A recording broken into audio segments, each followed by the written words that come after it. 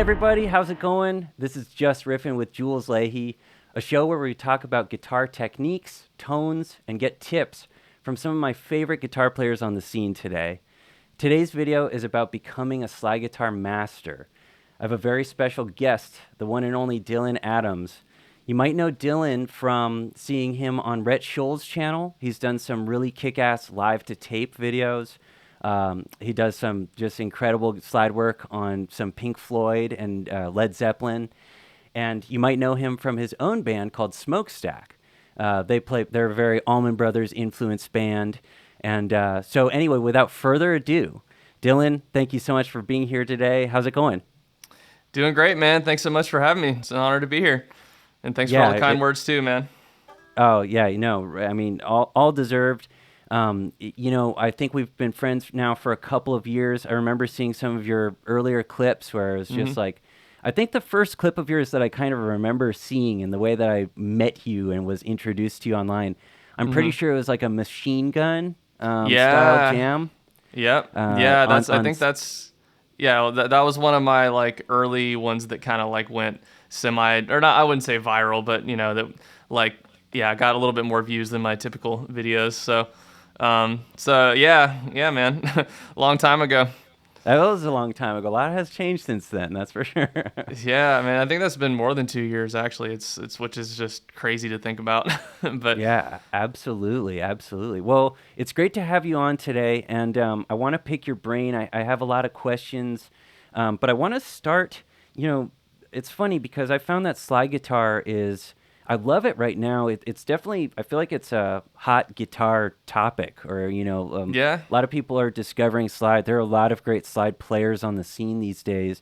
Absolutely. Playing different, cool styles. It's not all just blues-based kind of like box licks. There's just all sorts of stuff going on these days. And so I want to dive into that with you. But the first question I have, now you grew up in Jacksonville, Florida, right? Yep. So how did growing up in Florida and like being around the scene, how did that impact some of your earliest musical influences? Well, it's funny because, obviously, being from Jacksonville, there's tons of like Allman Brothers influence there, right? And also like Lynyrd Skynyrd and just Southern rock in general. But when I was first getting into playing guitar, I wasn't really into all of that. It was more of like, just typical classic rock type stuff. And then, I at one point finally discovered the Allman Brothers, and that was kind of my introduction to slide and everything. And just once I kind of like got into my later teen years, I started like going out on the scene a little bit more in Jacksonville. And yeah, it's everywhere, like I feel like the music of like the Allman Brothers and, Dwayne Allman, Derek Trucks, all of that kind of stuff just is like, it's fully just permeated throughout the whole Jacksonville music scene, so I just feel like I was kind of like into it on my own initially, but just, going out and meeting other musicians who were kind of into the same sort of things that I was definitely was like I don't know. It just had a big impact early on for sure. Awesome, man. I played in Tallahassee once, actually. Nice. And I remember I was playing some slide guitar, and when I was done playing, so many people came up and were just, they were telling me about like the roots right there of, how deep that style of music runs. And I was really struck by, it really is a hub. And so speaking of the Allman Brothers, and you've been playing at the Big House a handful of times over the last couple years. Yeah, for sure. And, with Dwayne Allman and Derek Trucks as big influences, I guess to get some playing going today, I'd be really curious to know about, starting out, you just said that you began sort of listening to, the Allman Brothers and specifically like Dwayne first, really. 'Cause, right. He's the guy. And records like Live at the Filmore East. And I'm just curious about, actually that record.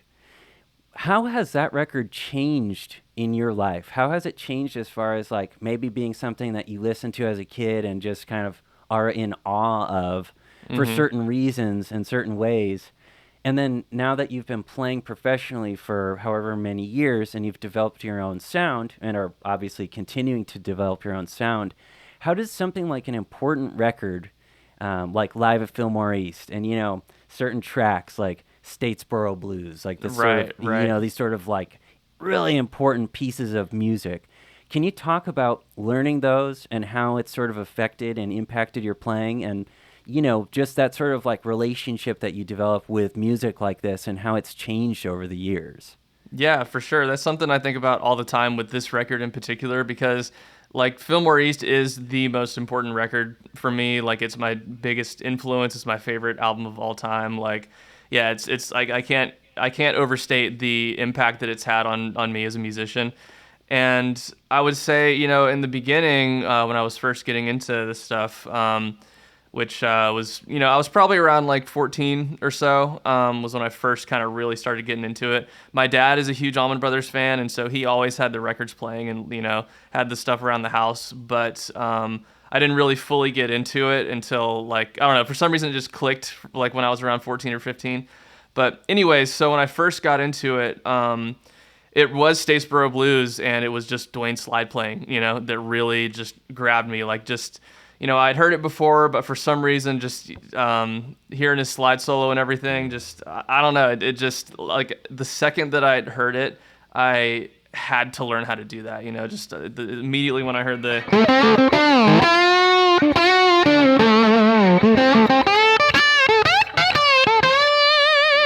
It was just so different from anything that I had ever really, tuned into or really listened to actively, and just so expressive. And I mean, it's Dwayne, he's the guy, right? So yeah, like that was the initial thing that grabbed me, and I pretty much just, as soon as I heard that, like I said, I was like, I have to learn how to do this, and so I pretty much just sat down, and for the first time ever, I just sat down and like. Learned it completely by ear, like learned Dwayne's slide solo on Statesboro Blues by ear. And it took, months, I feel like, to be able to get through the whole thing at first. But yeah, I just kind of like went through it bit by bit and until I could play the whole thing. And that just kind of blew the door wide open for me as like, in terms of, just all kinds of stuff, like learning to solo, like learning to improvise, learning things by ear. Like that was the first time I had really done that. So yeah, it was that, that song initially was just huge. And from there, I just dove right into the rest of the record. And I would say, like, to really get to the main part of your question, like in the beginning, it was of course all about the guitar, it was all about Dwayne and Dickie's parts. Like I was learning both of their parts and, trying to play them all note for note as close as I could and playing along with the records over and over again.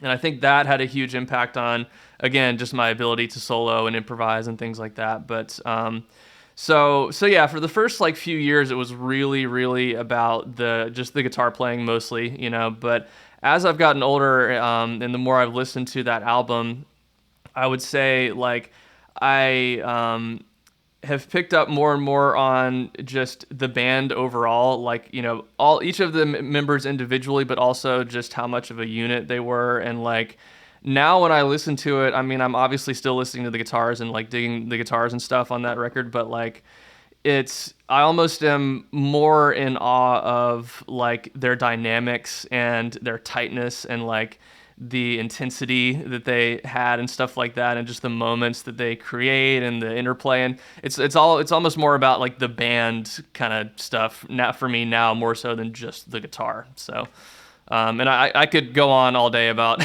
about that album, but I'll leave it there. That's great, man. I love that. Right. It's kind of like I mean, I really appreciate that and can relate to that sort of thing myself with some of the stuff that was like in my earlier days, some of the more fireworky, just like, and then, that's attractive when you're younger or maybe getting started, or you kind of want to do that.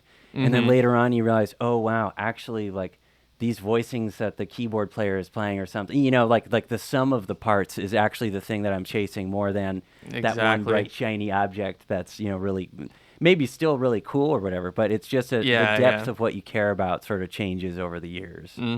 Exactly, exactly. Now, Yeah, you it's just or go ahead, sorry. oh, Yeah. you just played some great ripping, licks, and one thing for everybody at home, and you'll hear in a minute more when I'm playing a bit. I'm in open E tuning, and Dylan, you're in standard tuning. Yep. So you've gone right, right. So Dylan has gone through. Back in the day, you would play these things in open E, right? Right, right. Yep, yep. And so after playing all these things in open E, you went, well, gosh darn it, I'm going to find my own voice. And one of the ways that you did it was by playing in standard tuning, which is such an efficient, I mean, there's so many benefits I know of doing that. You don't have to bring two guitars to the gig. Right. Unless you want to, you know. Everything's just, here we go. If I want to just start playing fretted, it's all the same stuff. It's just sort of one system. Could you talk about the translation of doing things like hearing, you just played the Dwayne stuff that's in open E tuning, but in standard tuning, I mean, it might obviously be pretty second nature, a lot of it to you at this point, but can you talk about kind of figuring that out? And I'd love to hear some more of that sort of, I guess like Dwayne inspired vocabulary, but obviously like your sound. And I just want to kind of like figure out how that worked, going from the open E stuff and making it just sound so fluent in standard tuning.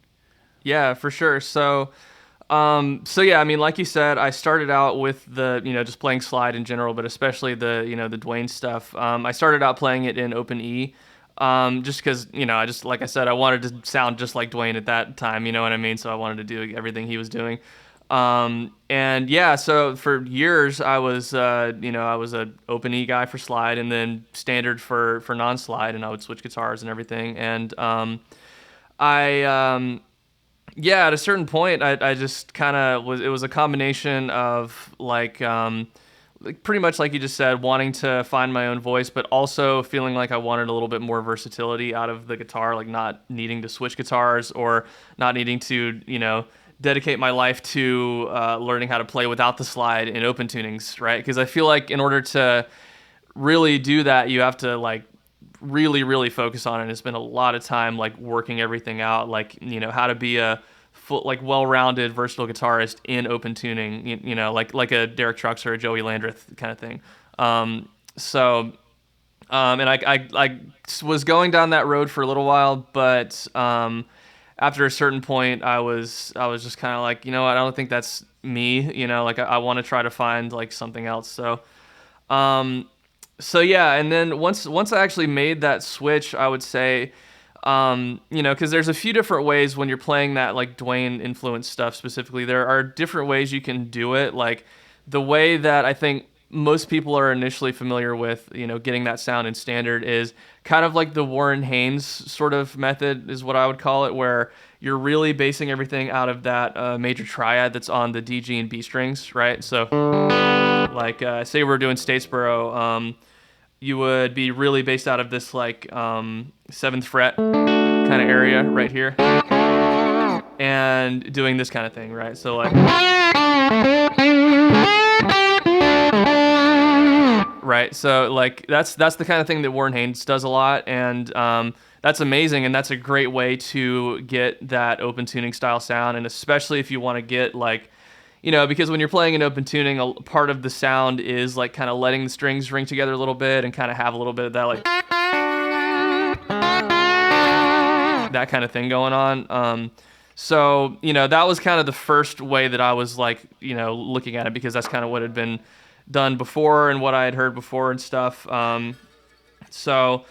But for me, like after a certain point of kind of doing that, it felt a little bit like, I don't know, there were certain aspects of it and certain licks that didn't quite sound 100% right to me, like at least in terms of really kind of nailing that Dwayne type sound, which that was like a major goal of mine, or like a prerequisite almost. If like, basically what I said to myself was like, if I can't get like a Dwayne style sound in standard tuning for those times when I want to, then I don't know if I'm gonna like stick with it, So like I said, like, yeah, that kind of like that major triad box thing was only getting me so far. And so I kind of figured, well, why don't I just try to play those kind of licks on the same strings that you would play them in open tuning, but just kind of shift the box around a little bit. You know what I mean? So I wish I had an open tune guitar with me, but like, I mean, you know, the typical box, right, is kind of like that. It's mostly, if you're in the key of D, for example, it's based out of those two frets right there.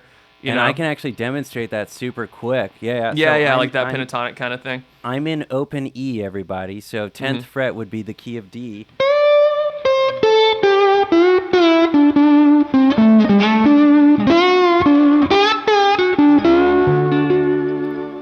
That's basically what you're talking about, right? Exactly. Yeah, that box right there. My, you know, kind of the idea that I had was, which I'm not saying I'm the first one to do this or anything. I'm sure other people have figured this out for me, but yeah, I figured, well, why don't I just try to, take that box that you just played and literally just shift it around so it fits in standard tuning. Which, for me, I kind of look at it as a just kind of a different sort of shape of the minor pentatonic scale. That's kind of the most like sort of fundamental way that I look at it, which I kind of do it like this. So if we're in the key of D, it's like you're starting like this. I'll just go ahead and play them. So I'll just go like.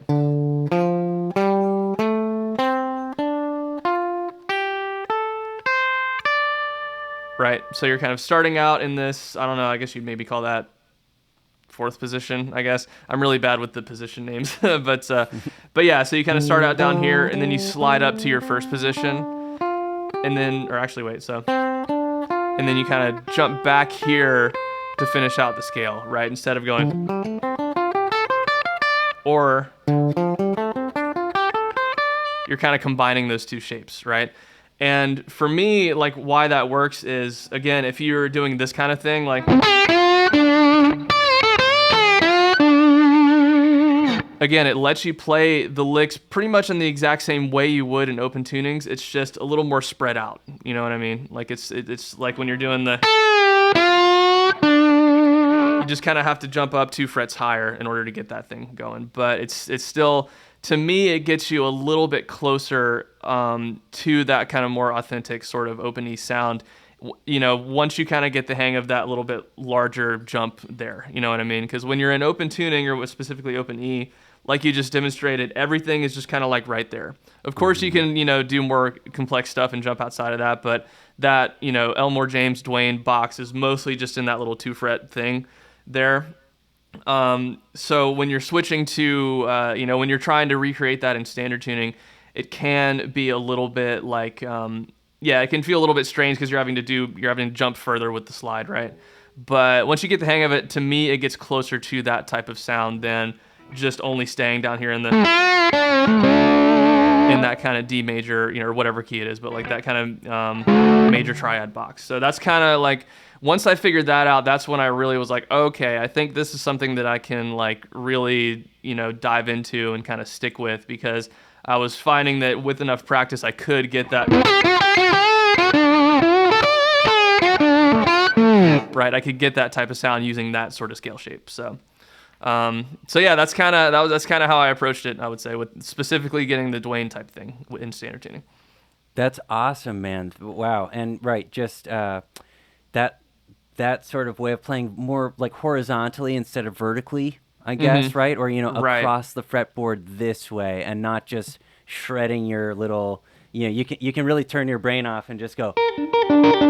right. You know, that's like, For it's sure. the opposite of that is what you're trying to get through that way of playing and activating the fretboard that way, which is awesome. Yeah, it's more like deliberate or purposeful, I would say, you know, than just like mindless. You kind of have to, you kind of have to really be like, not thinking, but you know what I mean? You have to really be like paying attention to what you're doing to kind of make that work, you know? So, so yeah, man.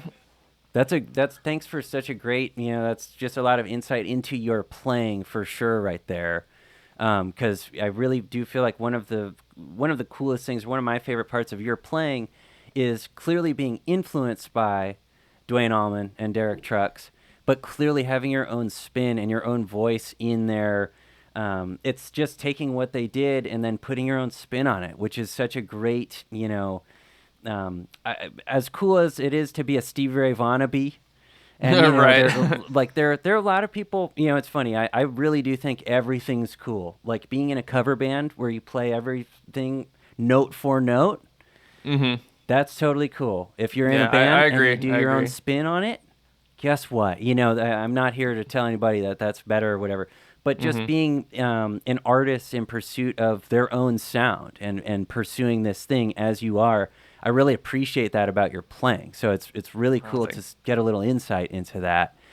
well, Now, thanks, man. I appreciate the kind words, dude. yeah, yeah, Yeah, and it's I, and definitely. Or go ahead, sorry. oh no, no, well, I was curious. You mentioned specifically for Dwayne.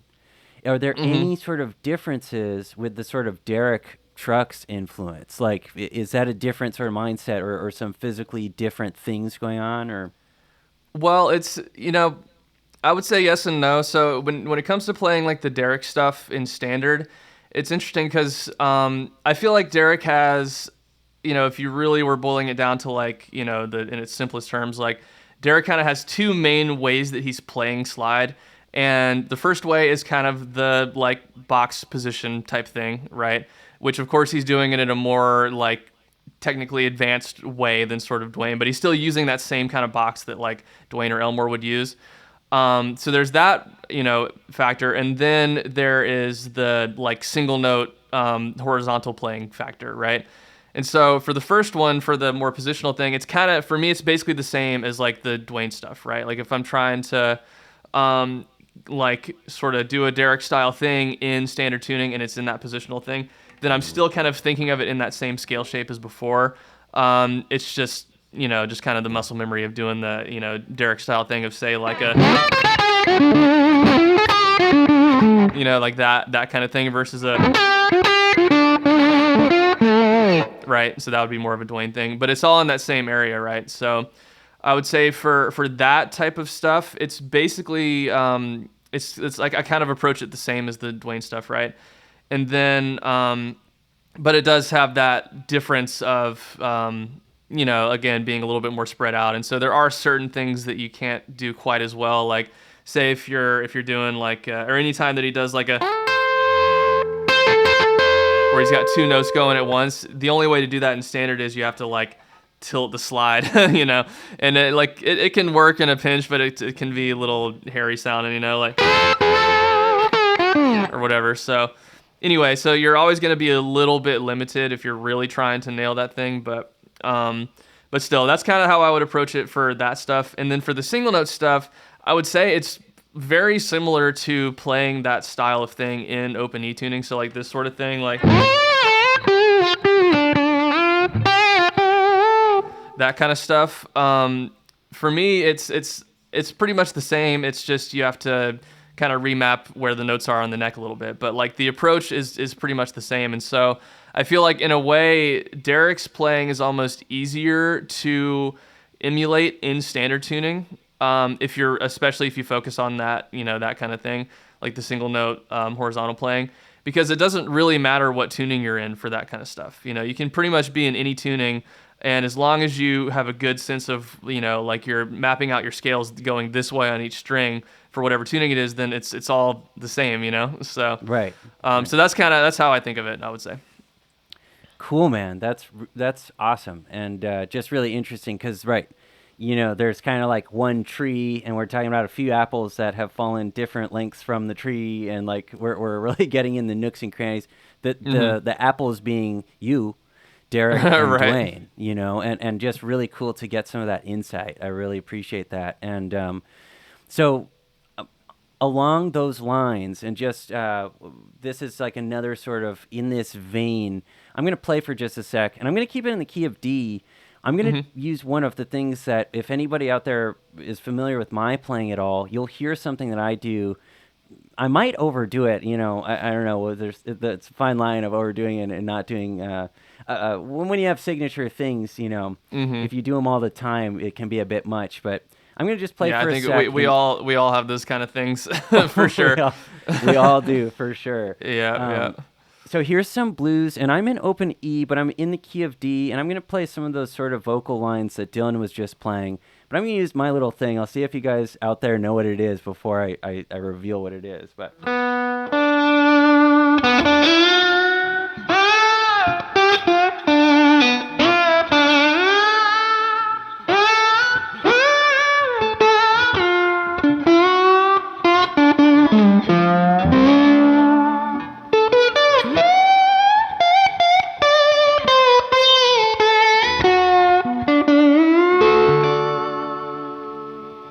Beautiful, man. thanks, man. So what I was talking about, or my little secret sauce, is I'm using a volume pedal. And Right, you know, so right. I'm a lot of those lines, like if I go like this, like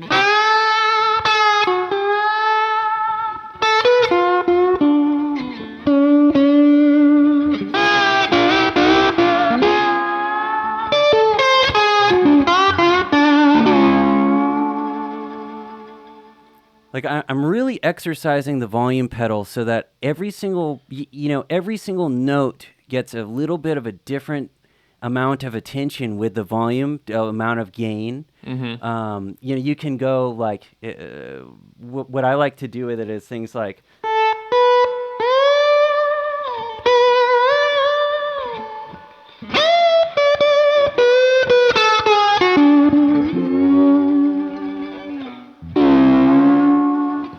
you know, just this very like you can make it really hard or you can make it really soft, really sweet, Yeah. really like bluesy at a It, moment's it, notice. yeah, it adds a whole other level of expression to it, I feel like, you know? Like, And because like while you're in the middle of a note, you can kind of swell the volume in whatever ways you want, and I feel like that does make it more vocal. You know, it makes it more like a singer. So well, thank you. Yeah, yeah. It's definitely, you know, the harmonics, like this action ends up happening after you strike a note, yeah, yeah, which is an interesting time for, you know, like a note to kind of be more, like usually you'd think like the transient, the moment of attack is like the hottest thing, but it doesn't have to be. And the reason I bring that up, that's sort of one of the things that I do in my playing, are there's some expressive devices, techniques, way of striking the strings that you do to sort of, you know, that are in this sort of like, that's sort of a signature thing for me, the volume pedal. Now, that it's funny because it's a signature thing. It is a pedal that I have, but right, it's kind of a transparent one, and you know, it's not like I'm using a wah and you go, oh yeah, here, you know, hear John Shaft over on guitar. right, right. Are there things you know in that sort of realm that you know or maybe even like you know thought processes that you have, things you think about, or things you're going for when you're playing, you know? Man, that's a good question. I mean, so when it comes to like gear and rig stuff, like I typically am just going straight into an amp, or like in this case, I'm going into the Universal Audio Lion pedal. So it's like a amp, you know, I mean, you know, but like it's like a Marshall Plexi amp sim pedal basically. And so like the tone that you're hearing right now, my setup would be, it's like the equivalent of just plugging straight into a Marshall stack and like having it cranked up. And like, so I'm just controlling everything from the guitar, all the gain is just from the amp, and then any cleanup is from, you know, the volume knob and dynamics and stuff. So, so yeah, I mean, when it comes to like how I, yeah, just different devices that I would use to be more expressive, it's really like mostly just in the right hand, I would say, just like different ways of approaching, you know, attacking notes with that. And I would say one of the main things that I like am actively, you know, changing or paying attention to whenever I'm phrasing stuff to kind of try to change the tone of it is like where I'm picking along the you know, along just where the, yeah, whatever you call this part, just along the strings, you know, over the pickups. And because I feel like that just makes a massive impact on like the transient, like you said, and just the yeah, just the sound of whatever note you're playing. So like, and I typically live on only the bridge pickup too. Like I'll use the neck pickup sometimes, but I really am into that bridge pickup kind of sound. And so since I'm staying on there, you really, you know, need to kind of mess with that in order to not just always sound the same, you know. So So yeah, like say if I want to be a little bit softer and just have kind of a softer attack and not be as aggressive, then I'll kind of, maybe just pick a little bit closer to the neck pickup and be like.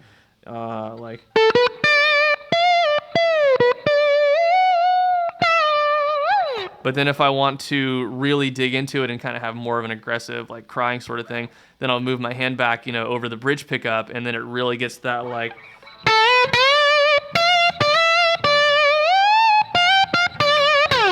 Right. So I'd say that's like one of the main things. I'm trying to think of what else. I mean, I'll also change like which finger I'm picking with sometimes. So kind of in the same vein, if I want something to sound softer and less aggressive, I might use my thumb. Even if it's like on one of the higher strings, then I might like, it could be the high E string and I'll be like, right,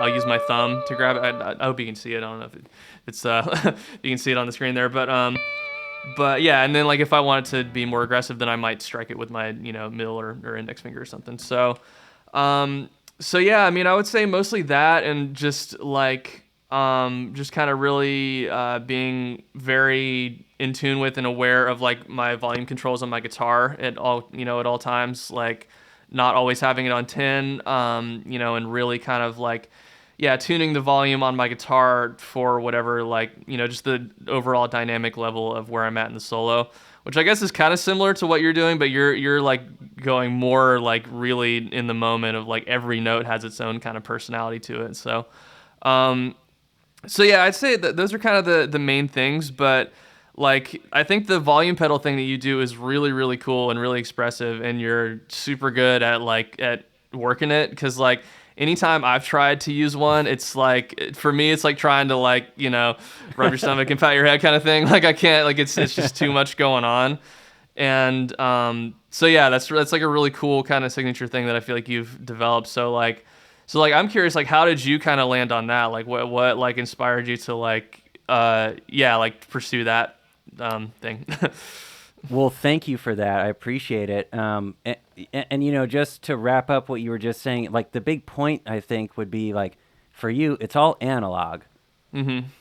It's like right here. You're telling the Right. story here, and then you're just using what you've got. It's not like, well, here, let's go through a tour of my pedal board with all 33 pedals, which Right. is awesome. I mean, between playing one guitar and or being able to play one guitar and not have three different tunings and all that, Mm-hmm. and just having it all right here, that's awesome, man. That's so great. Yeah, I feel like it's liberating having such a simple rig. Like even like, I'm playing the Les Paul Standard right now, but like I'll switch to the Junior real quick. Like, Yeah.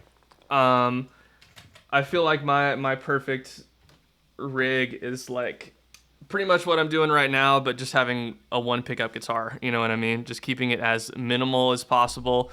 And like some people might feel limited by that, but that simplicity I feel like is really liberating, because it makes you like, it forces you to just focus on like what you're playing. You know what I mean?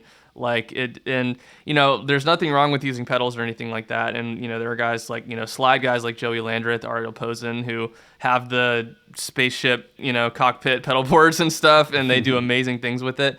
And they can do both. They can get all those different sounds with the pedals and play amazingly. But like, yeah, for me, I just I don't know. I just really like just keeping it as minimal as possible, and really just kind of focusing on like, what I'm doing with my hands to make, make stuff happen, So could we hear you play the Junior for a sec?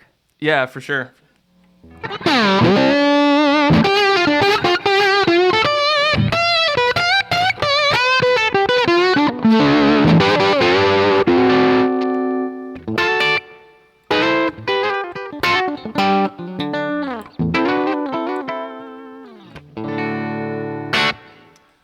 It's there. These things are more versatile than you might think. Like you can really do so much with literally just the simplest of pickups, one volume, one tone knob. Like, yeah, I love it so much. But Beautiful, man. And yeah, I love that. I love that. Sounds great. I really, less is more in a lot of ways. That's for sure. for sure, a little bit of a tangent there, but yeah, No, no love sweat. the minimal man or minimalism. Yeah, man. And so, hey, to answer your question from just a second ago, how did I get into the volume pedal? And I'll just demonstrate a teeny bit more before I give you the answer. All right, sounds good. Sounds good. And because there is just so much that you can do with this. I love all of this. Like,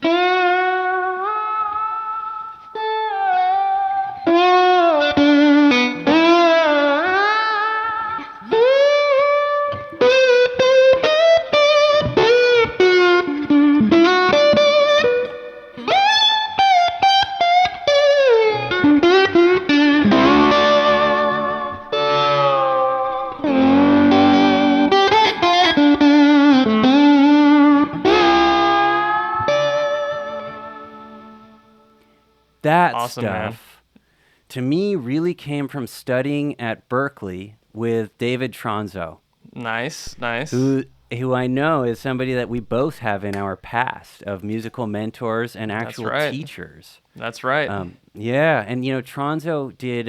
If you guys don't know David Tronzo, I'll speak for myself. He's definitely one of my all-time great, most important slide guitar heroes for sure. And I think he would be that even if I didn't get to study with him for 3 years. But I got to study with him for 3 years, and just hearing him play, seeing him play, picking his brain, having him challenge me, and seeing him do all the crazy prepared guitar stuff he does. Right. If he does all these, like, he'll stick chopsticks in his guitar and corks and alligator clips, and it will sound like anything but a guitar. And so, but he also uses a volume pedal. And so I remember Gotcha. he would do like really, he was one of those guys who made the hair on my arm stand up so many different ways. But one of them was definitely the volume pedal. So I just really picked up on, I seriously think there was like a single moment, and it wasn't actually in our lesson. It was when I saw him perform live at the David Friend Recital Hall. Nice. Yeah, I remember. Yeah, I played there quite a few times. Yeah. I went to see him play at the David Friend Recital Hall, and he played this one thing, and I just went, oh, wow, I see. Because I was used to the Jeff Beck thing, where I grew up a Strat player, so I was pretty hip to guys like Jeff Beck, Roy Buchanan, doing volume swell stuff, but they had their thumb wrapped, they would have their pinky wrapped around the volume knob. Good luck doing it on this guitar. You really can't do it. But so those guys would do it, the good old-fashioned way and rely more just on the knobs on the guitar. But when I saw Tronzo stepping into the notes and sort of like breathing, these notes were just breathing. They had this crazy life of their own that I wasn't hip to before I really saw or heard him do it. I just went, oh, okay. I got to get into the volume pedal. For me, that spoke to me, and I figured that was like that was a ticket that I had that I wanted to really check it out. And what do you know, it kind of became an important part of my sound. And it is funny because I totally understand the, patting your belly and rubbing your head thing at once. At first, it can be like really hard. But if anybody out there is curious to get into it or like, have that be part of their sound, it is great to practice with and just kind of get into. I've at least gotten a lot out of it myself. And given that our hands are so full while we're playing guitar, while we're playing slide, I really wouldn't want to also like recommend that if you're doing this stuff, you wouldn't achieve the same thing by like also volume swelling on your guitar playing. It's just too many things at once. So for me, my foot's a lot less active the whole time, and I just found that as a way. But it takes us to another question that I wanted you to ask. For me, the volume swelly thing with the volume pedal is the easiest way I've found to really at least like start to emulate a vocalist. And with slide guitar, who are we kidding? This is such a vocal sounding, like everybody know what this song is?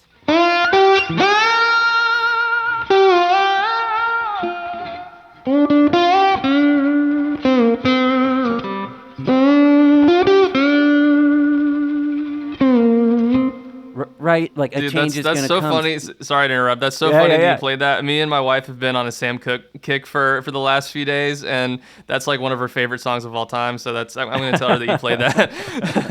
That's I awesome, man. mean, Yeah. for So. for good reason. I mean, those Mhm. that type of and what I'm doing there, I'm totally like I can accent the top note. I can hold that out more, but I can preserve that kind of until I want to like kind of have a climax in the line, right? Mhm. So anyway, that's an example of me doing this. But what are some great things maybe in vocal emulation and just generally being influenced by blues singers, vocalists of all varieties? How Mhm. do you have that impact your playing? For sure. So yeah, I mean that's been a massive part of my slide guitar journey for sure. Is yeah, specifically taking the time to listen to and really pay attention to and transcribe vocal parts of songs, right? And so for me, I think the main way that it's impacted my playing is in this is gonna, like the nerdiest way possible to say this, but like in like the microtonality of it, you know what I mean? Which really is just kind of like just kind of that's where the soul is, if you ask me. Is like it is the dynamics, but it's also like the little tiny inflections on notes that you can get without a slide by doing little slight bends and stuff. You could, instead of like, you can be like, right, but I feel like you have more direct access to that with the slide. And so I think mainly what the listening to vocalists has taught me is like, you don't always have to be right perfectly in tune with the note.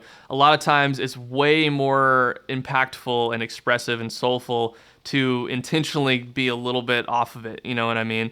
So like, so yeah, let me just try to think of it like an example. So if, yeah, I don't know. So if I was like, something like that, if, like, I don't know, a more kind of like robotic way to play that would just to be like right on all of those notes, right? So like,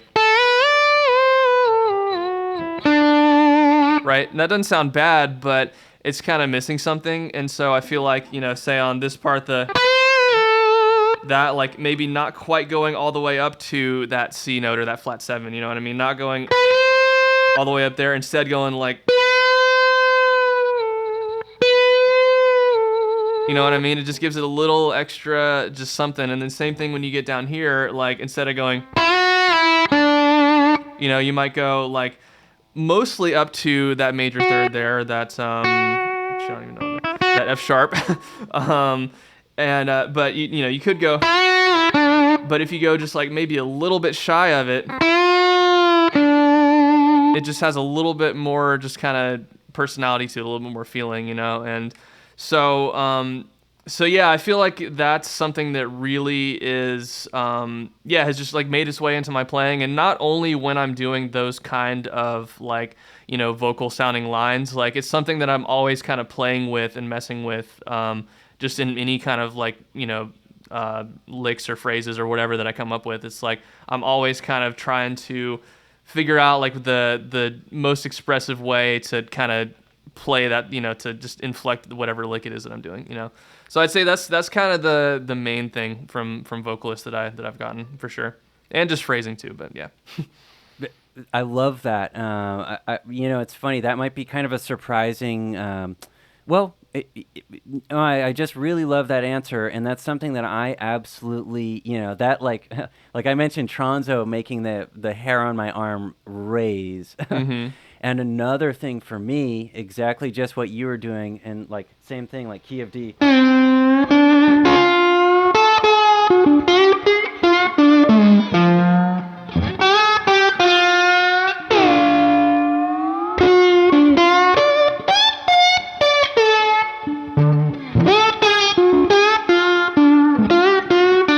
Like that. Right. Yeah. You're not going like. You're like. You know what I mean? Like just there's all kinds of little ways you can just like put the slightest variation on the on just whatever lick it is, and it totally changes the feeling of it. Like to me, this and are two totally different things. And so yeah, to me, it's just like yeah, I feel like it just kind of really like can open your mind up to the fact that, or I don't know, like it just kind of really just opens things up to where you don't even necessarily have to like worry too much about what specific note you're playing, in certain parts of licks. It's just like you almost kind of see the notes, like they kind of become like a spectrum almost, you know what I mean? Like it becomes, okay, it's not just, it's not just A flat, G. It's like, yeah, you have A flat and G on these two ends here, but then you have this whole like spectrum of colors in between there, you know what I mean? And as long as, the final note that you land on of a phrase is more or less in tune, then pretty much anything you play in between is going to sound good, So I think that's kind of how I think of it. That's a fantastic point, man. And it's really actually exciting for anybody who's out there who's like starting their slide guitar journey. Mm-hmm. And just a really quick point on that. I have a video, a video that I think most people might know me from. Is called the Ultimate Slide Guitar Masterclass. I made this video. It's been out for a year and a month or two at this point. And I have this one just to hit on what you were just talking about, because it's exactly what you're just talking about. And in case anybody out there is like, well, how do I start doing that? Mm-hmm. There's an exercise from that video where, and it's literally what you were talking about with the whole kind of like box, the 2 frets thing. So in the key of D, right? It's fun playing in the key of D this whole time. Right. So check this out. There's the box, which would be like going 10-8, 10-8, 10-8. And I'm just going to be really robotic about it.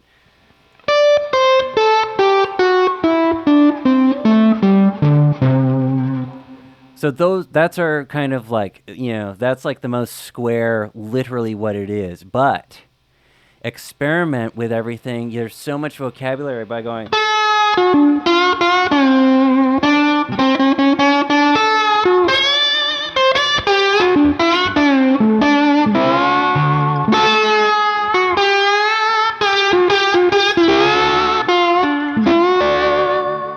Right? It's like that's where, oh, okay, right. Forget, who knows how many notes we have in between those 2 frets times 6 strings. Exactly. It becomes like, it's kind of infinite, not to sound too whoa, dude, but like the possibilities are endless, even just in a simple blues box like that. So that's, just taking what you just said and just going like, okay, so this is actually pretty, if people are wondering where to start, or if they're wondering like what might be missing from their licks, I feel like this sort of confidence in playing those out of tune, those in between the nook and cranny notes, that's like a great place to start to expand your own sound. And those are the notes that like make you, you make a face, and people are like, give you the stank face or whatever. Yeah, for sure, man. And I feel like, I think it's important to listen to singers to kind of pick that up. I mean, you can definitely learn it from slide players too, because great slide players do those kinds of things. But like, I feel like that's almost where it starts, is with vocalists. You know what I mean? Like, it doesn't matter what genre. Like, if it's a great vocalist, then they're probably doing stuff like that. And yeah, specifically listening to singers is what teaches you exactly like, where and when you can do those things and make them sound good. I feel like, Bingo. That's awesome, man. Yeah, that's great. That's really cool. So another thing that I wanted to ask you about was specifically finding your guitar's setup that works best for you, and sort of, like an example of my own journey to find the setup that works best for me is I spent a long time, like an embarrassingly long amount of time playing with strings that were just too high. Yeah. I pretty much avoided the fretboard, and I was going, well, I'm playing slide. I want to like, I don't, I want to stay away from the frets. Then, long story short, I ended up, I got my SG plecked. Nice. And so it was just like this awesome, it was like really low action and felt great. And then I just went, boy, well, I'm gonna try playing some slides. So I threw 11 to 50 gauge strings on a pretty low setup SG, and I just went, I I can play everything found it. now. I Yeah. can do everything now. So Yeah. so and I was laughing at myself because it was years of missing out on what was actually kind of like my ideal setup. Hmm. So I just felt more comfortable. My sound was there. I had more things available to me. Could you talk a little bit about finding your own setup and what, like literally just things like what kind of guitar? I know that you're like a Gibson guy. You probably Hmm. feel much more at home on humbuckers than single coils. Yeah, Um, unless it's a telly, I really love tellies. I cannot get along with Strats to save my life, but yeah, tellies. But yeah, no, Gibson style thing is kind of what I'm the most at home at or with for sure. Yeah, SGs and Les Pauls is kind of home base for me. So and something else, just like specifically with things like string height, like the action, like hmm. how did you find what worked best for you to do all the like fretting behind the slide stuff? Like, and I know that you've spent years, setting up guitars. Like, you really know your way around a guitar besides just being a great guitar player. So, how did you come about that? And was there like an aha moment, or was it a lot of experimentation, or? Yeah, I think it was a lot of experimentation, and it kind of took several years to sort of land on what I know now is like my setup. But yeah, like when I was first starting out with slide, I was like 14. I didn't even know about like different string gauges and like anything. Like I just yeah, like I didn't even cross my mind when it came to playing guitar. I just used like 9 gauge strings and whatever. But honestly, I think where it started for me was like yeah, having nines and having my action way too low and just, not really able to get a good sound out of the slide. So, raise the action way up just like you did. And, I think when it comes to like how I landed what I landed on, it was honestly, I think one of the main things was seeing Derek Trucks play and, and seeing like that he's doing everything on one guitar, even though he is an open tuning, he's still playing, he's doing slide and fretted work and everything on the one guitar. And so once I kind of realized what he had going on there, I was like, okay, let me like look up what he's doing, And so, I saw that he was using the 11 gauge strings, and he does a little different thing where he has like it's like 46, 36, 26 on the lower ones, and then like a set of 11s on top. But I just kind of went with a normal set of 11 gauge strings, and um, yeah, like that was kind of all similarly like kind of the first epiphany of like, okay, this made slide playing way easier, but now I can't play normal fretted anymore, so I kind of would like lower the action. And so yeah, I mean, I would say it was like honestly kind of a similar process to you. It's just I think where I really kind of started dialing it in was when I kind of started actually learning how to set up a guitar for real and actually take measurements and stuff like that. And um, so yeah, like once I knew like, okay, I'm using 11s, that's a good like kind of middle ground of still being able to fret and bend strings and stuff, but also like enough tension for slide. From there, it was like just kind of dialing in the right action. And like, I mean, I can tell you my specific measurement. Like, I'm super nerdy about this kind of stuff. I always go like, or I've found that just a smidge above 5/64ths for the bass side, and then just a tiny smidge above 4/64ths or 1/16th on the treble side. That's like where I've landed on is like that's like my perfect setup with 11 gauge strings. And so yeah, I'd say it was just a lot of trial and error of just like just sitting there and playing and just being like, all right, can I play normal fretted right now? And then be like, okay, that feels pretty good. Now let me try some slide. And then I try it, and then I'd be like, I'm like, well, okay, I guess I gotta gotta raise it a little bit. And so it was really just that kind of back and forth kind of thing of just really dialing it in. And but I would say that like I always recommend people going with lower action than they think they should be able to do with slide. Because not only just on a physical kind of like technique sense, but Yeah, I feel like the typical conventional wisdom of, you need 13 gauge strings and super high action to play slide, it really limits you to what you can do on that guitar. It's like if you have a setup like that, all you can do is play slide on that guitar. That's it.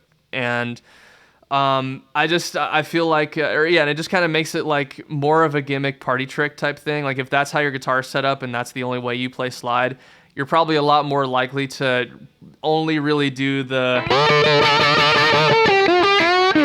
right, just kind of the 12th fret wiggle kind of thing, which is fine if that's all you want to do, and that is great. But like, I feel like if you want to take slide further than that and want to be able to incorporate it more seamlessly into your playing, and be able to switch from slide to fretted more seamlessly, I feel like finding that kind of sweet spot middle ground is really like the best way, because you can't or I don't know, just being able to like do this.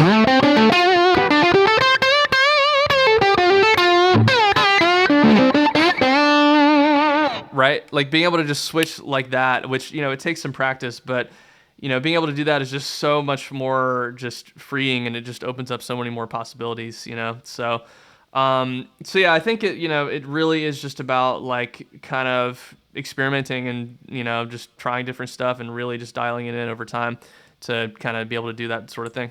So Awesome, man. That's so cool. And yeah, I remember, that's a skill set that I want to gain is setting up my own guitars. It's about time. yeah, it can be And overwhelming for sure when you haven't really done it. Like I feel like so many people are like scared of their guitars. It's like, oh, I don't want to, I don't want to turn anything because it's gonna mess it up. But yeah, that's is my like best advice is just get a precision ruler and like before you touch it, take measurements, and then from there, like it's fine because as long as you have those measurements, then you can always put it back to how it was before. You know what I mean? So, but anyway, sorry to interrupt.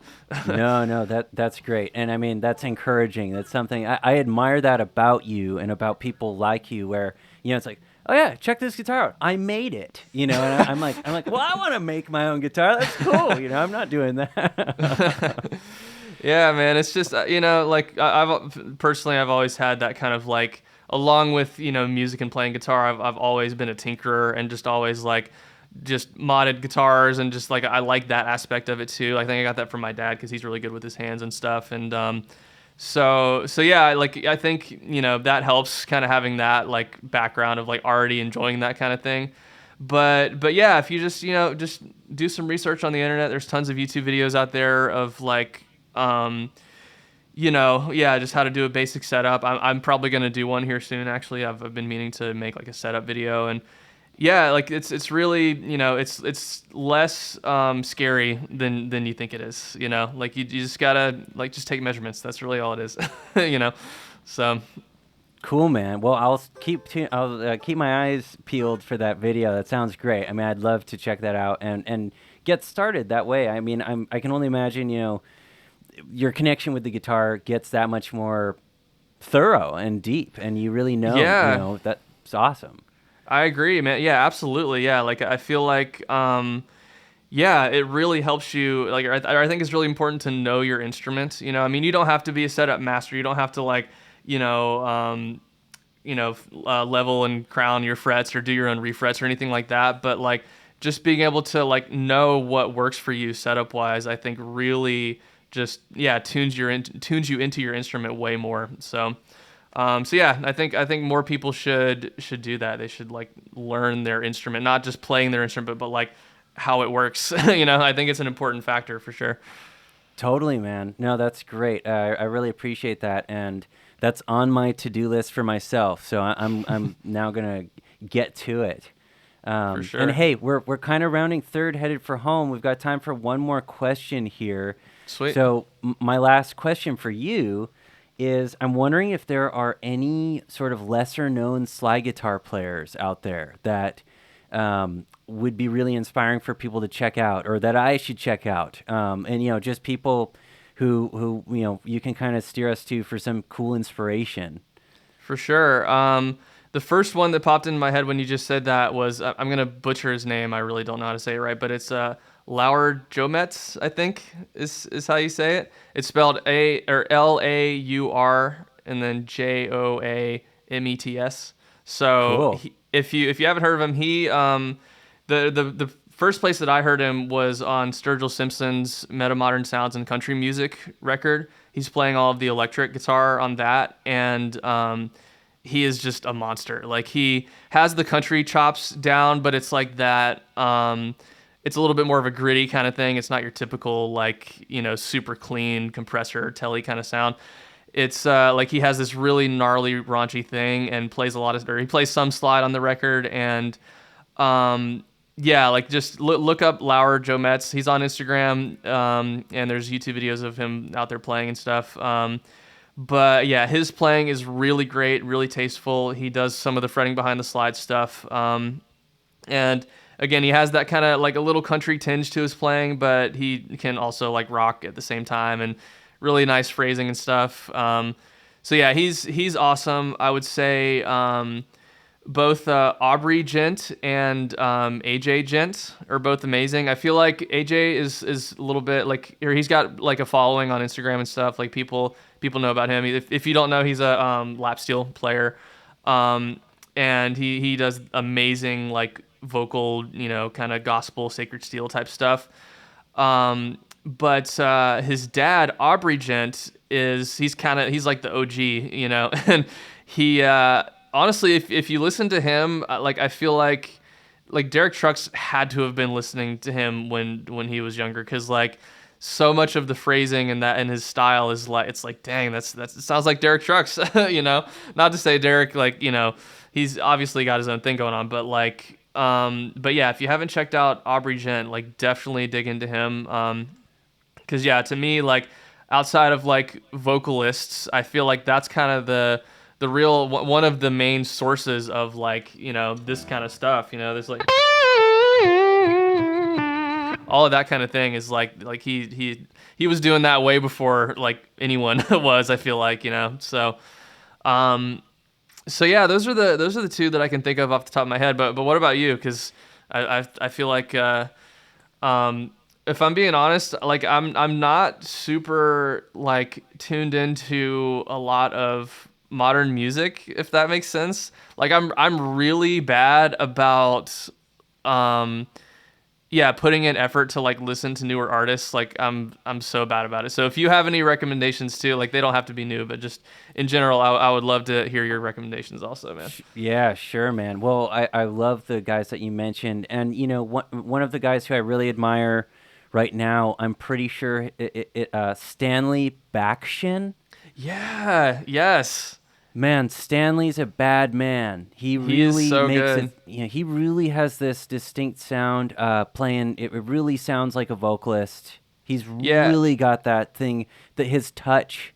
He plays with like a big old slide and this beautiful vibrato. And those Sacred Steel guys have that, like, it's this like wider vibrato. Yeah. And Stanley's touch and everything is just gorgeous. So he's somebody I really admire, right now a lot.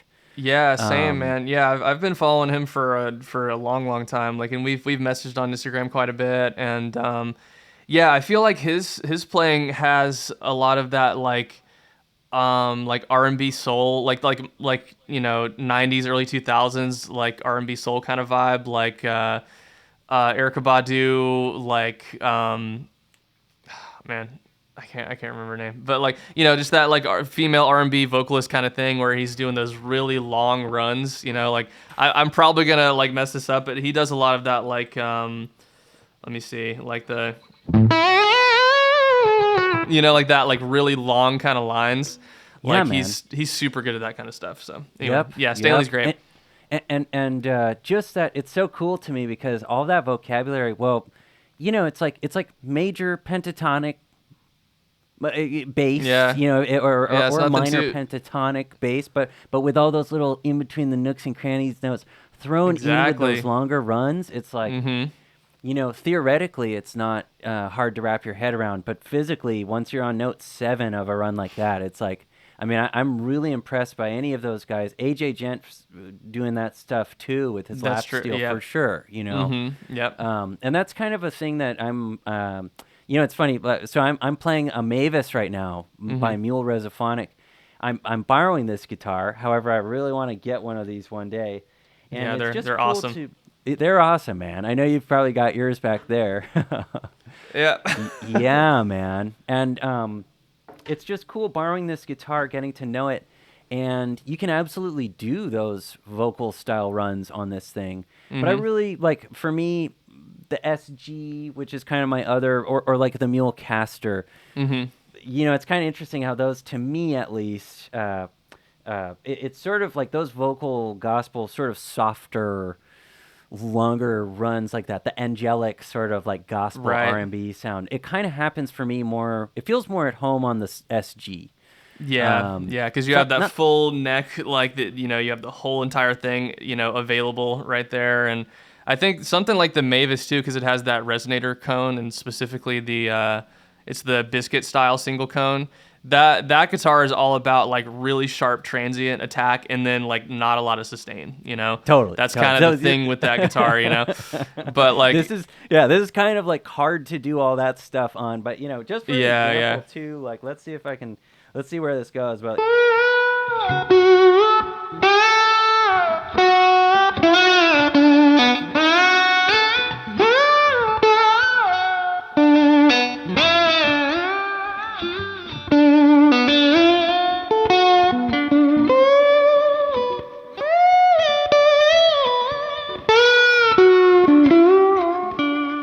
I cheated a little. I didn't just do single note runs the whole time, but I feel a little up the creek without a paddle Right. doing that type of thing with this axe. It's Yeah, tough, that guitar, it takes some getting used to, the Mavis. Like it's it's tough to, or like it's so different sounding from anything else that like it kind of, you kind of have to like learn to work around it a little bit. But that still sounded beautiful though, man. I mean, that was awesome.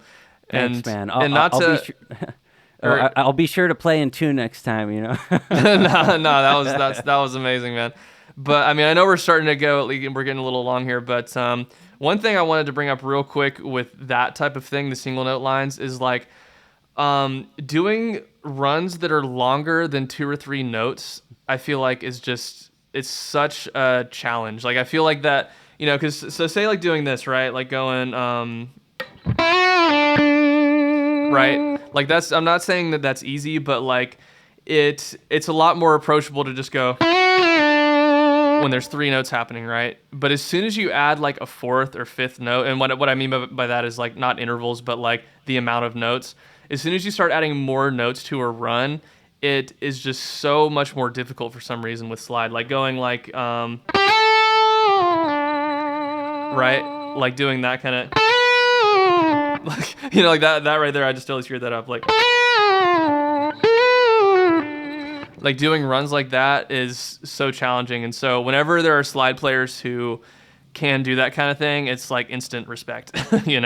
Absolutely. So. I'm right there with you, man. No, I love that, and it's inspiring. This is all I think just kind of a nice like way to wrap all this up. And for me, your point right there is such a great way to end it, because to me, when you're watching a master of Jeff Beck, Miles Davis, Jimi Hendrix, Derek Trucks, the older I get, the more, to me, I feel like their curiosity is on full display.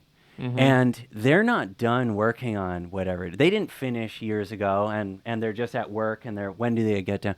They're exploring and pushing their craft. And so when you see a guy like AJ Gent playing these 8-note runs, whatever, Stanley playing those crazy runs, that's what the art is. They're sharing their craft. They're not done by any means. And so Absolutely. That's just to everybody out there who's watching this, somebody like Dylan's not done. Dylan's Absolutely just not. getting started, and so just as an inspiring note to end this on, I think we're all at different points in our journey, but the greats are striving to be, they don't care about what's going on now. They're on this path. And so that's just that's at least to me what I notice about a pattern of, you know, the folks who really seem like have everything kind of under their belt. It's like, no, you know, they might be great at things, but they're just getting started. They're curious. They're not done. They're searching. And that's what we should all be striving for. And, you know, just like, how cool is that? You're literally never done with this thing. You could probably just spend the rest of your life just playing in that two fret box and not really get bored if you were limited to it.